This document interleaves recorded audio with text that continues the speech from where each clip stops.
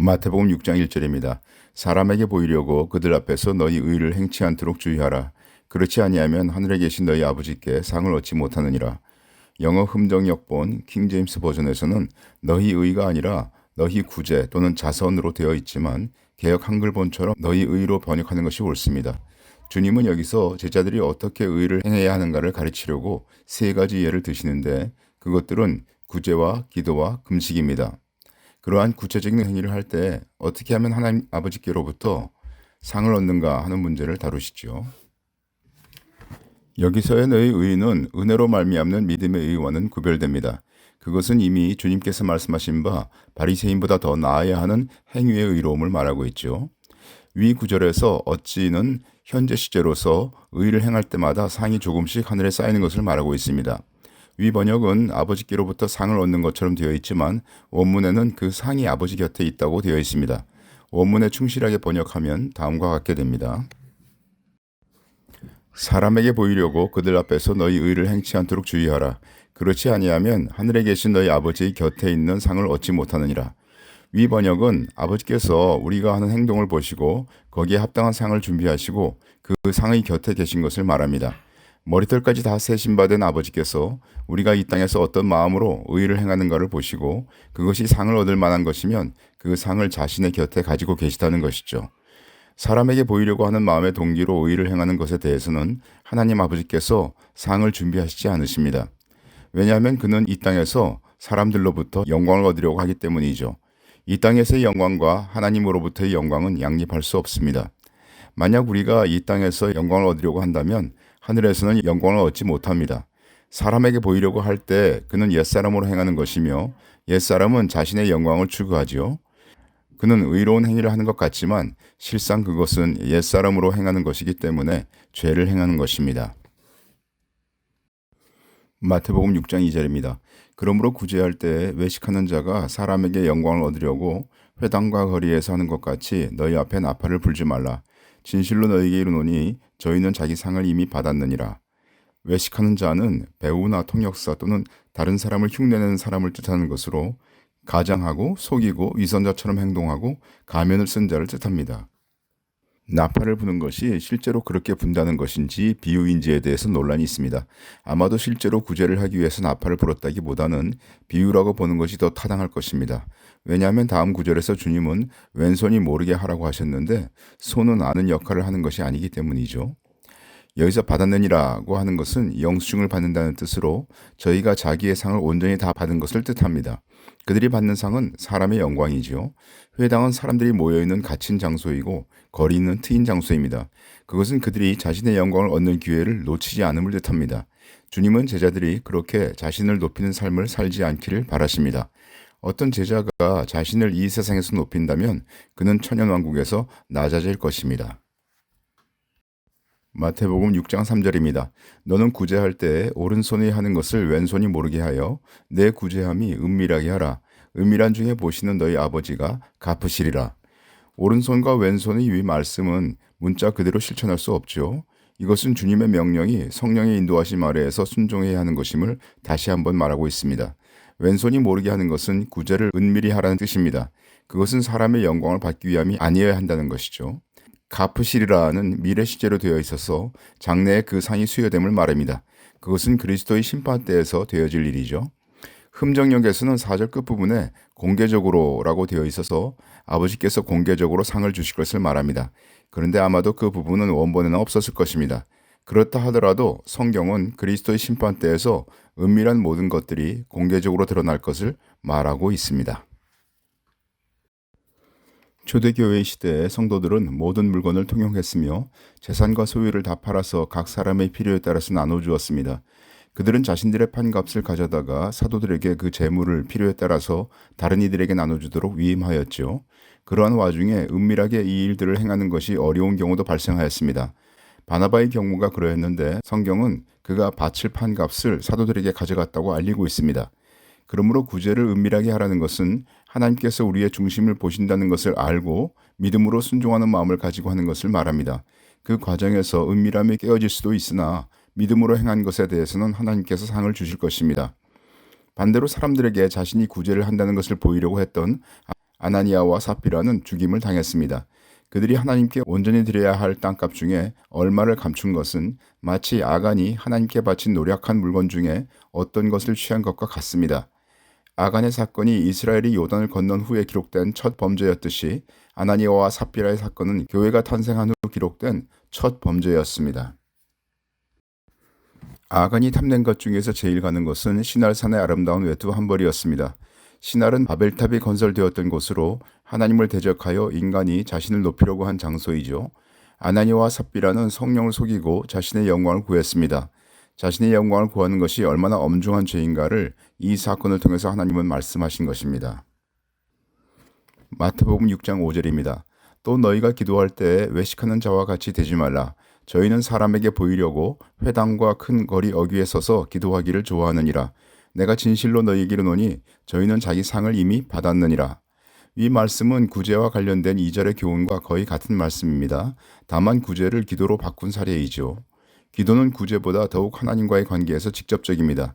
그런데 그 기도하는 것조차 자신의 영광을 구하는 기회로 삼는 것에 대해서 말씀하십니다. 주님은 사람의 종교적인 겉모습에 속지 않으십니다. 아담의 범죄가 바로 하나님과 같이 되어 선악을 스스로 분별하려고 했던 것처럼 자신이 모든 것의 중심에 있기를 원하고 영광 받기를 원하는 것이 죄의 근본 특성입니다. 이에 대해서 주님은 제자들에게 주의하고 그렇게 하지 말라고 명령하십니다. 마태복음 6장 6절입니다. 너는 기도할 때 내 골방에 들어가 문을 닫고 은밀한 중에 계신 내 아버지께 기도하라. 은밀한 중에 보시는 내 아버지께서 갚으시리라. 골방은 내 개인이 하나님께 기도를 아뢰기 위해서 다른 것으로부터 방해받는 것을 차단하는 장소를 일컫습니다. 우리 주님도 그렇게 한적한 곳을 찾아서 기도하셨습니다. 주님은 습관적으로 감람산으로 가셔서 기도하셨을 것입니다. 주님의 말씀은 공적 기도를 하지 말라는 것은 아니죠. 주님은 합심하여 기도하는 것에 대해서 말씀하셨고 11 사도들은 같이 기도하고 마띠아를 뽑았으며 교회는 같이 기도하였습니다. 또한 사도 바울도 자신이 무엇을 기도하는지를 말하였지요. 그러므로 주님의 이 말씀도 문자 그대로 남들이 모르게 은밀하게만 기도해야 한다는 것이 아니고 기도에 있어서도 성령을 쫓아 행해야 함을 말합니다. 주님은 제자들이 옛사람으로 행하지 말고 새사람으로 행할 것을 계속적으로 말씀하시고 있는 것이죠. 주님은 하나님 아버지와 함께 제자들에게 오실 것을 말씀하셨습니다. 실제로 제자들에게 성령께서 오셨죠. 또한 주님은 제자들이 다 하나가 되어서 아버지와 주님 안에 있게 될 것을 기도하셨습니다. 그러므로 제자들은 항상 아버지께 기도하며 그분께서 기뻐하시는 것이 무엇인지를 여쭙고 그분을 순종하여야 할 것입니다. 마태복음 6장 7절입니다. 또 기도할 때 이방인과 같이 중언부언하지 말라. 저희는 말을 많이 하여야 들으실 줄 생각하느니라. 중언부언은 아무 의미 없는 말이나 표현을 반복하는 것을 뜻합니다. 길게 기도하면 그들의 신이 혹시 그중 한마디라도 들을 것이라고 생각한 이방인의 사례 중 구약에서의 대표적인 것은 바알의 선지자들이고 신약에서는 아데미 숭배자들입니다. 외식적인 긴 기도를 한 예로는 당시의 서기관들의 기도를 들 수가 있습니다. 당시의 서기관들은 급료가 따로 없었습니다. 그러기에 그들은 긴 기도를 하여서 자신이 경건한 자인 척 하면서 과부들을 꾀어서 그녀들의 집들을 성전에 바치도록 하였고 그렇게 바쳐진 것을 착복하였습니다. 그러나 주님의 이 말씀은 같은 말을 믿음으로 반복할 수 없다는 것을 말하지는 않습니다. 주님은 겟세마네 동산에서 같은 표현으로 3번 기도하셨죠. 마태복음 6장 8절입니다. 그러므로 저희를 본받지 말라. 구하기 전에 너희에게 있어야 할 것을 하나님 너희 아버지께서 아시느니라. 이방인의 생각에는 자신들의 신이 자신에 대해서 잘 모르기 때문에 그에게 무언가를 알려야 한다고 생각합니다. 또한 기도할 때 그 신이 자신들이 한 말을 받아들일 때까지 반복해서 말을 해야 한다고 생각합니다. 그러나 우리 하나님 아버지는 우리가 구하기 전에라도 우리의 필요를 알고 계십니다. 그러므로 우리의 기도는 우리의 사정을 하나님께서 모르시기 때문에 알려드리는 것이 아닙니다. 오히려 우리의 사정을 다 알고 계신 분이시기에 그것에 대해서 우리의 생각도 아뢰고 요청도 하면서 그분이 어떻게 생각하시는지 여쭙는 것이죠. 하나님께서 우리의 필요를 다 아시기 때문에 기도를 할 필요가 없다고 하는 이들이 있습니다. 그러나 성경은 하나님께서 모든 것을 예정해 놓으셨다고 하더라도 그것에 대해서 하나님께서 이루시도록 우리가 기도해야 한다고 말합니다. 왜냐하면 하나님은 그 일을 하심에 있어서 우리가 함께 일하여 장래의 주님의 영광에 동참하기를 원하시기 때문입니다. 마태복음 6장 9절입니다. 그러므로 너희는 이렇게 기도하라. 하늘에 계신 우리 아버지여 이름이 거룩히 여김을 받으시오며. 주님은 이 기도를 어떤 종교의식으로 행하라고 주신 것은 아닙니다. 누가복음에 이 기도가 다소 요약된 형태로 되어 있는데 만약 종교의식으로 이 기도문을 낭독하거나 외우라고 했다면 그렇게 다른 문구로 적히지 않았을 것입니다. 하나님께서 이스라엘을 내 아들 내 장자라고 말씀하셨습니다. 유대인들은 하나님을 아버지로 인식은 하고 있었지만 구약에서는 하나님을 아버지라고 많이 부르지는 않았습니다. 하나님은 만물의 창조주로서 아버지이시지만 여기서는 성도들의 아버지이심을 뜻합니다. 우리 아버지라는 표현은 주님께서 제자들이 함께 아버지를 섬기기를 원하심을 나타냅니다. 혼자 떨어져서 교제 가운데 있지 않은 이는 아버지의 뜻을 알기도 어렵고 행하기도 어렵습니다. 그것은 우리가 받은 생명이 사랑하는 생명이기 때문입니다. 또한 성도 개개인은 주님의 몸의 지체이기 때문에 교회를 이룰 때 충만을 이룰 수 있기 때문입니다.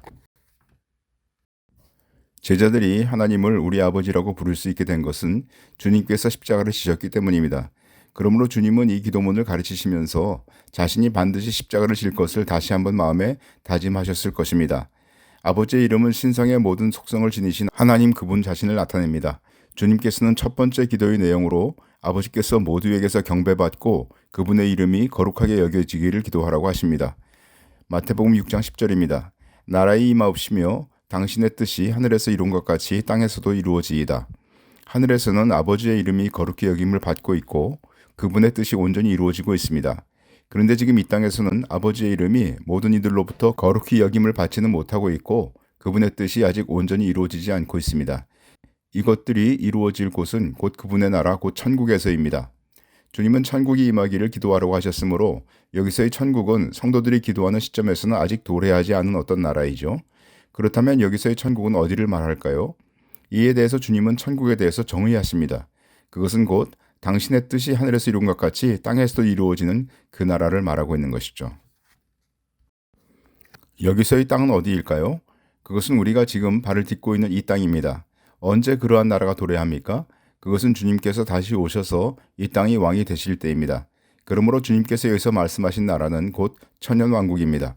아버지의 이름이 모든 사람으로부터 거룩히 여김을 받지 못하는 지금이지만 주님은 제자들은 아버지의 이름을 지금 이 땅에서 거룩히 여기라고 말씀하십니다. 아버지의 뜻이 지금 이 땅에서 온전히 이루어지지는 않고 있지만 제자들은 그분의 뜻을 이 땅에서 수행해야 합니다. 아버지의 뜻이 이 땅에서도 이루어지기를 기도하는 자는 이 땅에서 주님의 복음을 전파합니다. 그는 하나님의 나라를 전파하는 것에 자신을 드립니다. 그럴 때 천국은 지금 이 땅에서 그 영역을 확장해 나가게 되죠. 실로 복음은 천국 복음입니다. 그러한 천국은 주님의 재림으로 이 땅 전체에서 실현됩니다. 마태복음 6장 11절입니다. 오늘날 우리에게 일용할 양식을 주옵시고. 여기에 양식이라고 하는 것이 물질적인 양식인지 영적인 양식인지에 대해서 논란이 있습니다. 그것이 어떤 측면이든지 간에 하나님께서 우리가 이 세상에서 살아가는 데 필요한 것을 공급하신다는 것을 믿는 자세로 기도할 것을 말씀하신 것이죠. 날마다 필요한 양식을 구하는 것이기 때문에 그것은 비축할 만큼의 욕심을 부리지 않는 것이며 날마다 하나님을 의지하는 것을 뜻합니다. 그런데 주님은 사단의 시험을 물리치실 때 사람이 떡으로만 살 것이 아니라고 말씀하셨습니다. 그뿐 아니라 주님은 자신이 참떡, 생명의 떡, 산떡이라고 하셨죠. 그리고 주님은 자신의 살이 참된 양식이라고 하셨습니다. 요한복음 6장 53절 예수께서 이르시되 내가 진실로 진실로 너희에게 이르노니 인자의 살을 먹지 아니하고 인자의 피를 마시지 아니하면 너희 속에 생명이 없느니라. 내 살을 먹고 내 피를 마시는 자는 영생을 가졌고 마지막 날에 내가 그를 다시 살리리니. 위 53절에서 먹지와 마시지는 모두 부정과거 시제로서 한순간 주님을 영접하는 것을 말합니다. 주님은 자신을 구주와 주님으로 믿으면 영원한 구원을 얻는다고 하신 것이죠. 그런데 54절에서의 먹고는 53절에서의 먹고와는 다른 단어로 씹어 먹는 것을 말합니다. 그것은 주님의 살을 지속적으로 먹는다는 것으로 그분과의 교제를 표현한 것이죠. 54절에서의 먹고와 마시고는 모두 현재 시제로서 지속적으로 그렇게 먹고 마시는 것을 말합니다. 가졌고도 현재 시제로서 영생은 지속적으로 하나님 아버지와 그리스도와 교제하며 그분들을 알아나가는 것임을 나타내고 있습니다.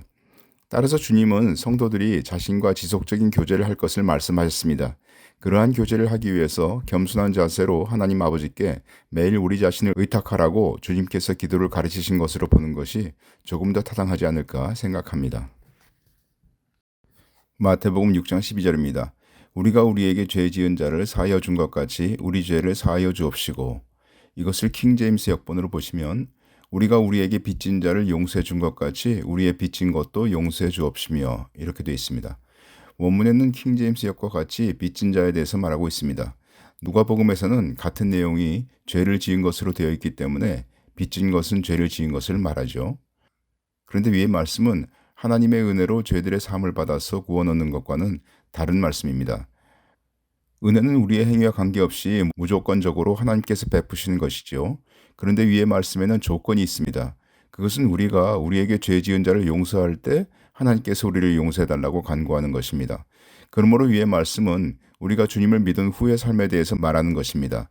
14절과 15절의 부연 설명에서도 하나님이 우리의 천부라고 하였기 때문에 이미 하나님의 자녀가 된 후에 관한 말씀이 분명하죠.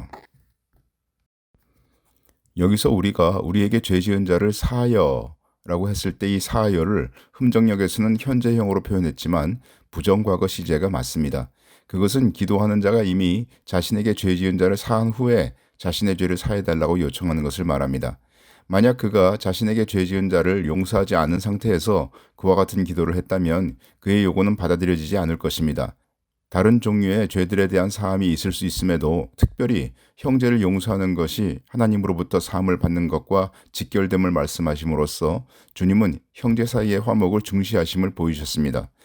마태복음 6장 13절입니다. 우리를 시험에 들게 하지 마옵시고 다만 악에서 구하옵소서. 나라와 권세와 영광이 아버지께 영원히 있사옵나이다. 아멘. 시험이라고 하는 이 단어는 유혹을 뜻하기도 하지만 그의 어떠함을 떠보는 시련을 의미하기도 합니다. 하나님은 아무도 유혹하지 않으십니다. 그러므로 여기에서의 시험은 죄악을 저지르도록 부추기는 것을 말합니다. 하나님께서는 우리가 감당할 시험만을 허락하십니다. 또한 시험을 당했을 때 피할 길을 내어주십니다. 그렇지만 유혹에 빠지는 것은 큰 위험이죠. 이 기도는 우리가 시험에 드는 것을 하나님께서 허락하지 말 것을 요청하는 것입니다. 여기에 악은 문법상 악한 자, 곧 마귀를 뜻할 수도 있고 악한 사람이나 이를 뜻할 수도 있습니다. 흠정역에서는 나와 있지 않지만 원문에는 악의 앞에 정관사가 있습니다. 성경의 다른 곳에서 보듯이 정관사가 있는 악은 일반적으로 사단을 지칭합니다. 그러므로 여기서도 사단을 지칭하신 것이죠. 나라와 권세와 해서 이제 아멘이로 끝나는 이것은 송영입니다. 이것은 가장 오래된 사본과 주요 사본들에는 있지 않기 때문에 후대에 첨가된 것으로 보입니다. 그리고 그 문장들도 사본에 따라서 다양하여서 긴 것도 있고 짧은 것도 있어요. 후대에 교회가 이 기도문을 공적 예배에 낭송하거나 노래하면서 마지막에 송영을 덧붙인 것 같습니다. 마태복음 6장 14절입니다. 너희가 사람의 과실을 용서하면 너희 천부께서도 너희 과실을 용서하시려니와 너희가 사람의 과실을 용서하지 아니하면 너희 아버지께서도 너희 과실을 용서하지 아니하시리라. 주님의 가르치신 기도는 13절에서 일단락을 맺습니다. 그런데 주님은 12절의 말씀을 다시 설명하십니다. 그것은 12절의 말씀이 매우 중요하기에 그것에 대해서 주님은 명확히 할 필요가 있으셨죠. 주님은 여기서 과실이라는 단어를 사용하심으로써 죄나 빚을 지는 것 외의 모든 종류의 허물을 용서해 줄 것을 말씀하십니다. 주님을 믿은 후에 어떤 형제가 나에게 잘못을 행한 것에 대해서 용서를 하지 않고 그리스도의 심판대 앞에 서게 된다면 하나님 아버지는 그를 용서하지 않으실 것입니다.